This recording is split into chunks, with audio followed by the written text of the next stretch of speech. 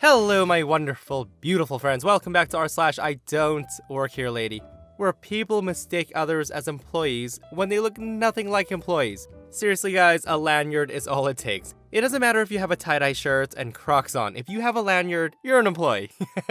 Guys, I hope you're having another lovely day today, and I hope you enjoy the stories in this episode. Don't forget to hit that subscribe button, and remember, if you start to feel too worked up, just breathe. Guys, just breathe. We're diving in. So, a little bit of backstory. I used to live in Wisconsin where snow can create slipping hazards in certain department stores. So one Sunday night, I'm headed home from church, and I decide to stop by Walmart to pick up a large storage bin. I make my way over to the storage bin aisle, trying to find the largest bin they had, when all of a sudden this rather large lady huffs up to me and snaps her fingers, saying I need to follow her and help her lift an item she obviously can't lift herself. I said to her, "Oh, I'm sorry, I don't work here." Now, the lady huffs and puffs and says, "Well, you obviously look like you work here because you're wearing a tie." Now, I want to note that I had a button-up shirt, a tie, and khakis on because I had just come from church. I said to her, "Oh, my tie, no, I'm sorry, I just got out of church, which is why I'm dressed like this." Which I thought sounded pretty reasonable, but lo and behold, I had just opened up the gates of hell, and Satan himself was about to grace me with his presence. The lady then says, "Listen, I don't care where you came from. Did I ask for a life story? All I want from you is to lift my damn whatever item she needed into my damn cart." Now, I'm a pretty laid-back guy, but at this point, I snapped back at her and said, "Lady, I do not work here. Now leave me the hell alone and let me find my bin in peace." So at this point, I grabbed the largest bin I saw and headed to the checkout line when I see this lady following behind me, still yelling obscenities and saying she's gonna have my ass fired. I'm about a good 20 to 25 feet away from her, but she picks up speed and narrows the gap. She's honing in on me like a cheetah about to take down its prey. Now, I was honestly concerned at what she'd do to me if she caught up to me, so I started to speed walk. So by now, we've already gained a few eyes, wondering what the hell all the commotion is about.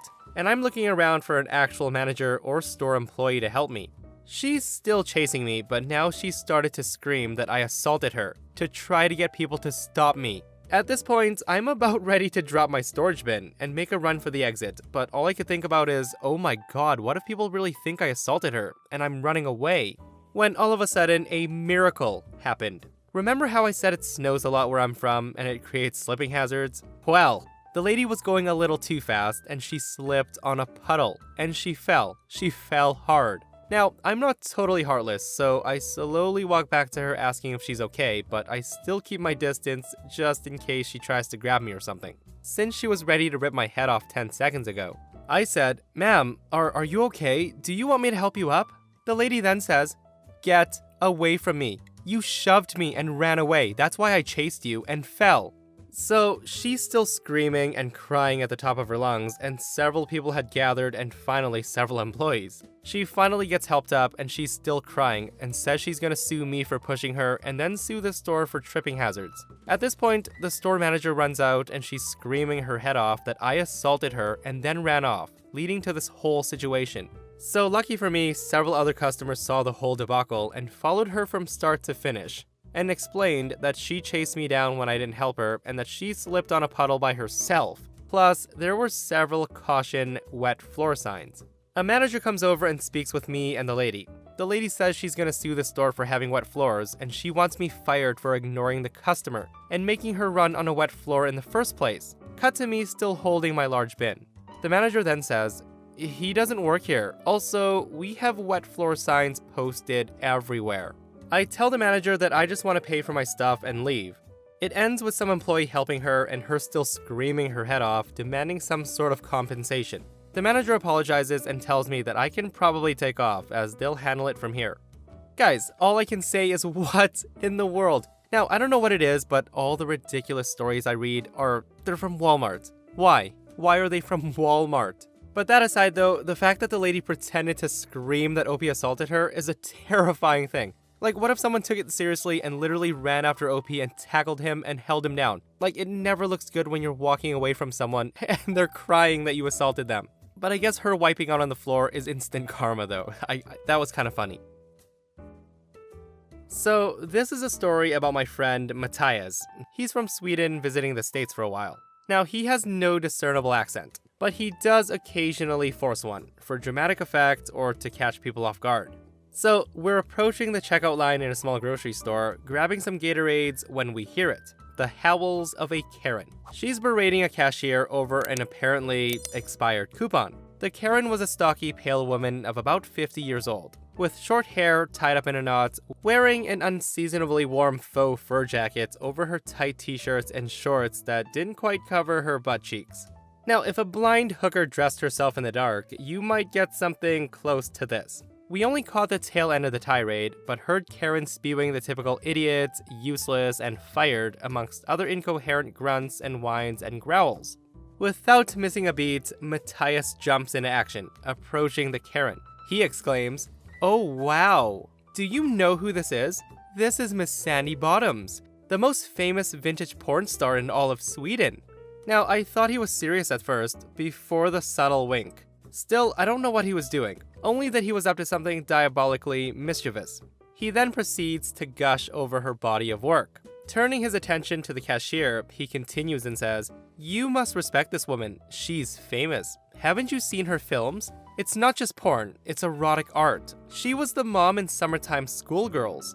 She practically invented the ping pong ball trick. She was a pioneer. Most people don't know this, but the adult industry used to be very misogynistic. But when she saw a glass ceiling, she blasted through it, firing little plastic pussy balls like a howitzer." Now, at this point, I tried so hard to keep my composure, but there was so much wrong with that sentence. Tears were welling up in my eyes as I tried not to laugh. To every woman on the planet, I'd like to apologize for my friend. He then continues and says, "Don't laugh, she's won awards."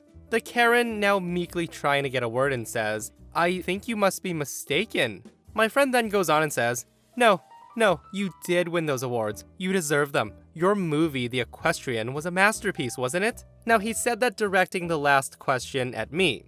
I can only shake my head. I didn't dare open my mouth. I knew where he was going now. He says, "You have to see it. It's about a nun in a 14th century convent and her forbidden love with a horse." It sounds strange, but the story is beautiful. Matthias, now looking back to Karen, said, "I even won the online auction for the riding whip you used on Mother Superior. I wish I had it here. I would ask you to autograph it."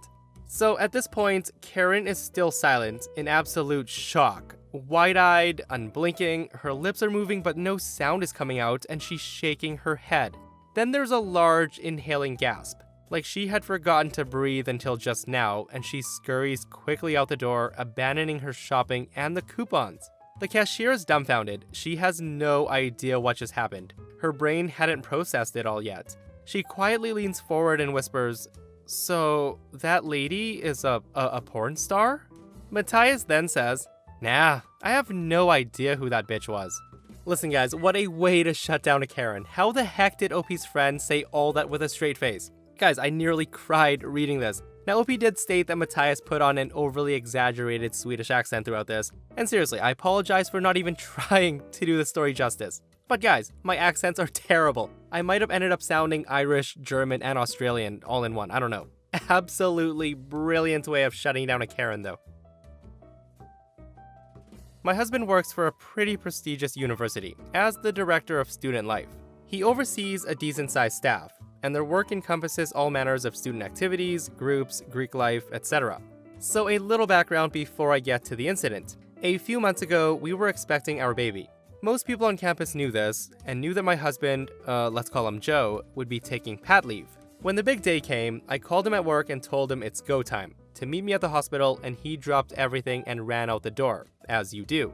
I'm in the hospital room, and we had plenty of downtime, so from time to time he checked his work email while I rested. He's looking through it and he goes, "What the heck?" A professor wrote him the most caustic, off-the-top rant saying, "I came into your office to see you about a matter concerning my students, and you weren't there despite the department hours clearly stating 8 to 5. This is unacceptable and unprofessional. Contact me immediately." My husband laughed out loud and said that won't she feel silly when she gets his out-of-office reply. But no, 10 minutes later, she's harassing him again. Finally, he sent her a very terse reply, and it seemed like that was the end of that. But not for long. Every day for the next week, this professor came into the office demanding to know if Joe was there. More than one tear was shed by the staff during this time. I don't know exactly what she was saying or why no one else could do what she needed, but everyone said it was like having an angry dementor come through. On his first day that Joe returned to work, he got to meet this professor face to face. He was in his office FaceTiming with me when yelling erupts down the hall. He says, "Uh-oh, I bet that's her."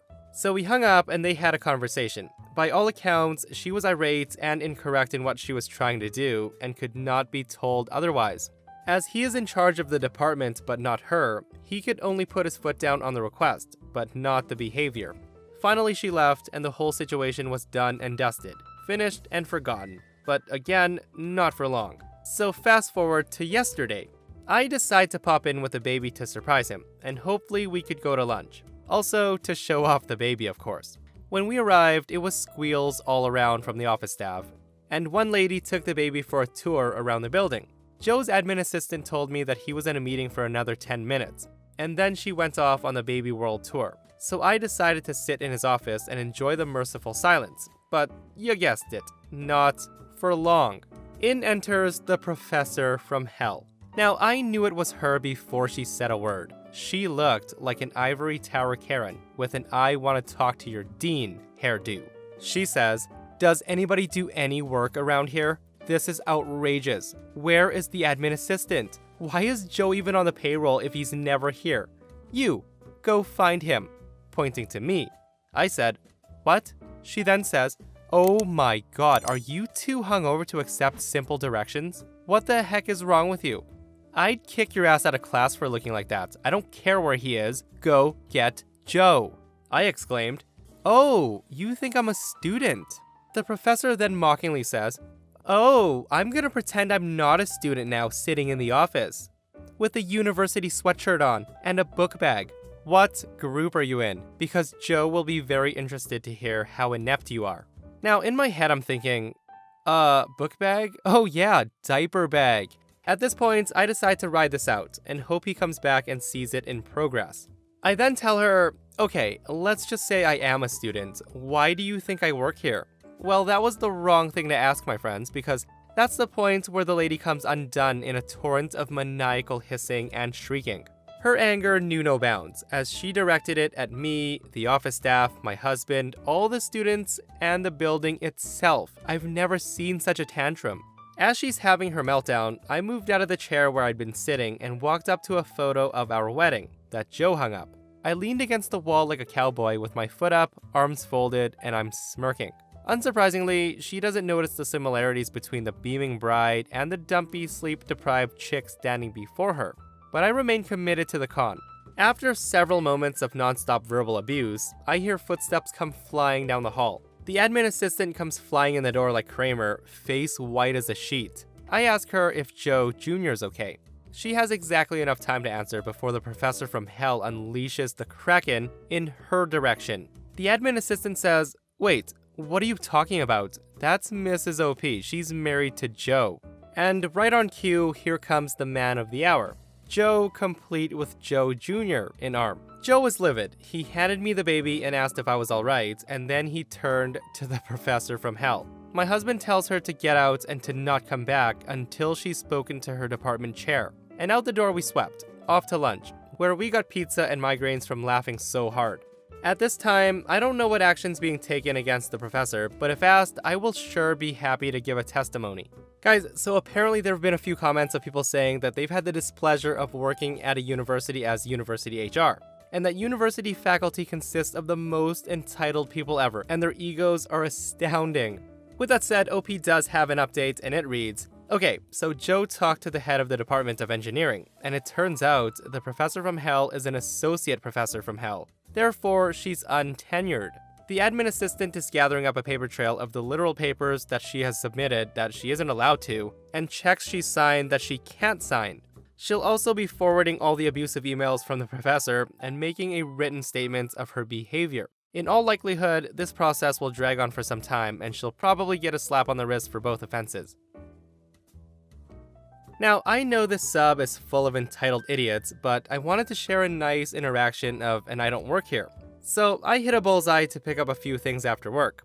I was wearing a red t-shirt and a mask with a kitty nose and whiskers. So it's not surprising that I was mistaken for a worker. When I approached the self-checkout, there was a mom and 3 kids next to me. One of the little girls started the conversation with, "Hey, I like your mask. Do you work here? Do you like cats?" I told her I do like cats. I have cats and help rescue kitties without homes. But I don't work here. Now her mom was trying to shush her, but I wasn't bothered. My youngest is now almost 18 years old, and chatty little ones generally don't bother me. So the little one then asked, "Where do you work? You look like you work here. It must be fun if you can wear kitty masks. I want to do it." I tell her that I'm an electrician, and her mom says, "She installs lights." I tell her I do more than that. I also run wires to help the pixies get to the lights and turn them on. I do think it's fun. The little one then says, "Pixies? Can I do it?" I tell her you can do anything your little self wants to do when you grow up. So we all finish at the same time and head out. I hear her yelling from about 75 feet away over loud cars. She says, "Bye, cat lady. Thank you for being my friend." I yell back, "Thank you for being my friend too." And I drove home smiling. My friends, isn't that adorable? See, these stories don't all have to involve crazy people. Sometimes the wholesome interactions are even better than the Karens. And that, my friends, brings us to another end of our /IDontWorkHereLady. If you enjoyed the stories today, do hit the thumbs up. And if you missed the last episode of our /IDontWorkHereLady, I'll link it right here. A racist Karen harasses OP in a Costco and learns a lesson. Check it out if you haven't, and I'll see you guys in the next one. I love you.